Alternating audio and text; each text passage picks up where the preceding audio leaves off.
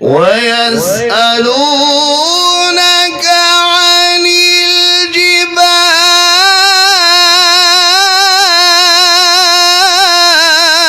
الجبال فقل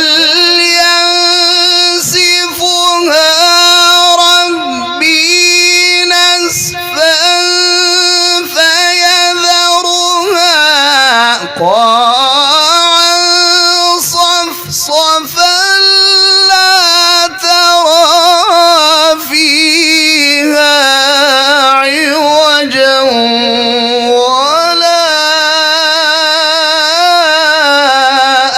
أمتا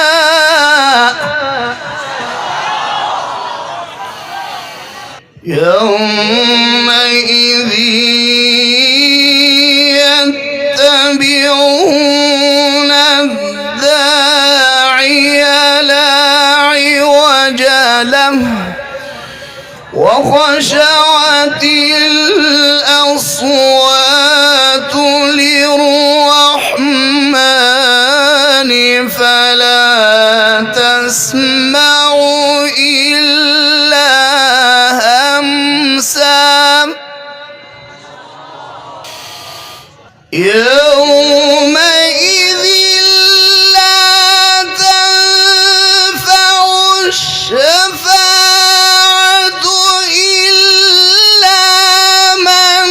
أذن له الرحمن ورضي له قولا يعلم ما بين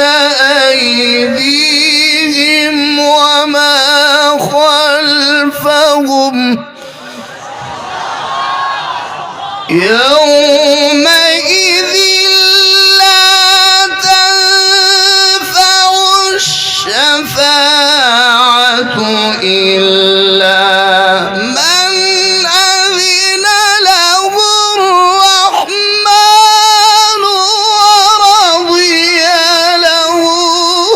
قولا يعلم ما بين أيديهم